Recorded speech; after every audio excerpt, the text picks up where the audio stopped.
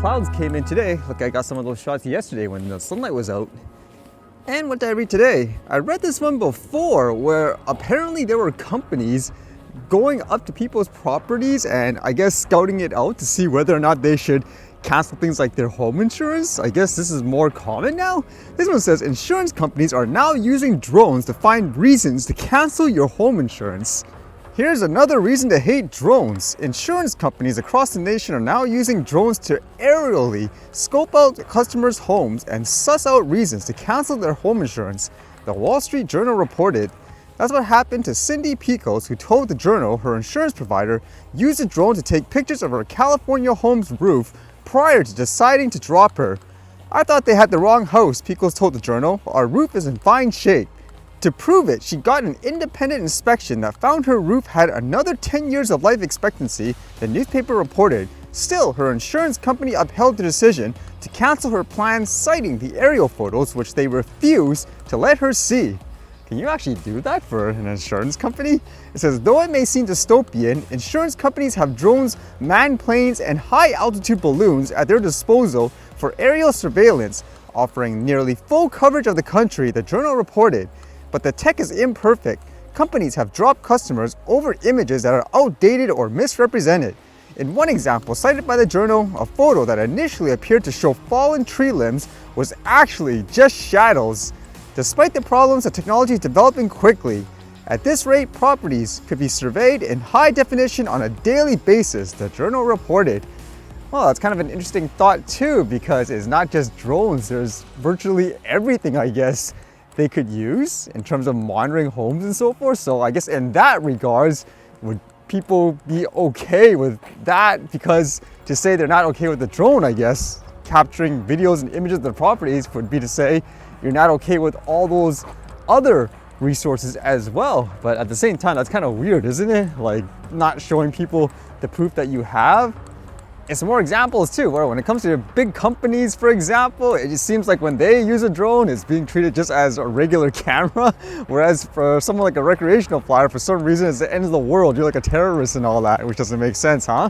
And with that thought of officials, more police wanting to use drones, and this is kind of expected eventually anyways, where you have these drones just going out scouting the area. Someone could be controlling it, let's just say, remotely back at base. It says Elk Grove police drones will respond to emergency situations before officers do.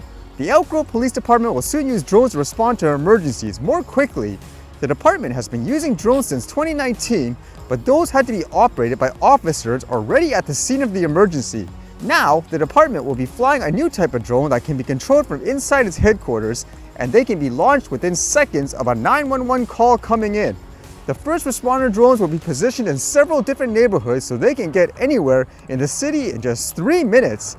They are based on a similar program run by the Chula Vista Police Department in San Diego County. Those aircraft have been flying for more than 5 years, and the department said they've been successfully used in thousands of emergencies. The drones fly below 400 feet and can be used day or night, but some people may have concerns over the aircraft buzzing over homes and peering into windows or backyards. And of course, they go into all that topic on how they're not going to use it to spy on people and all that. It's more for them to use it as an aerial view during situations. But again, I don't see how that's avoidable, where if you're being called for, like, let's say a quote 911 call or something like that, and you're not sure, like the suspect ran away, wouldn't you have to fly the drone to people's properties? Do like pans, for example? Or if you're more daring, actually go closer to the ground, even though there's power lines and stuff, usually let's say in residential areas. Again, I don't see how you can avoid this, as this will be a norm in the future where police officers use drones like these. And it makes you think, like with the previous story, would you just treat it like a quote regular camera? I mean, for me, again, it's just about consistency. Why is it all of a sudden when officials and stuff use it, it's perfectly okay all of a sudden? And this was a fascinating read. As you know, there's a lot of people who were suing companies that were using AI that were training on their work. For example, things like books and all that. So how about this one? How about if you're someone who creates videos on things like YouTube? This one says, OpenAI and Google reportedly use YouTube videos to train their AI models. OpenAI and Google reportedly use YouTube videos to help train their AI models, potentially violating the creators' copyrights of those videos.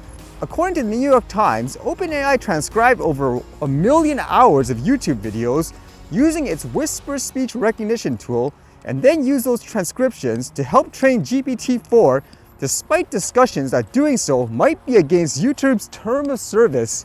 According to the paper, Google knew that OpenAI was using some of its videos, however, it didn't take action against the company because it was also using the videos to train its own AI models. How's that, huh?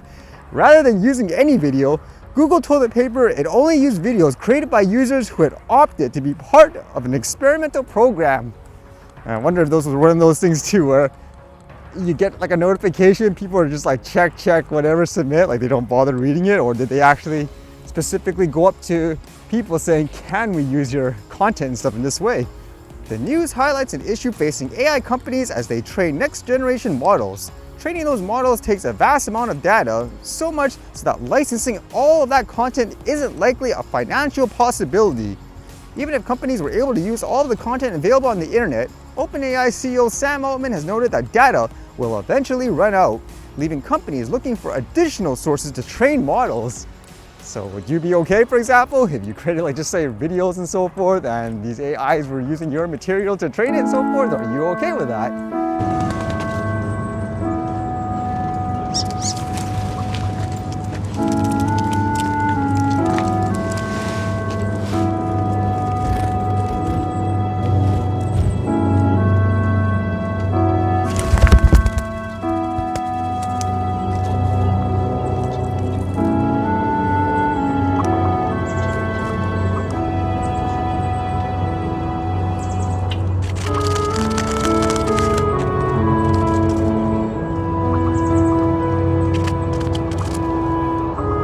I just had to try it. It just seemed like the duck was so calm and all that. I guess it worked, and yes, that thing did have weight to it, unlike those smaller birds.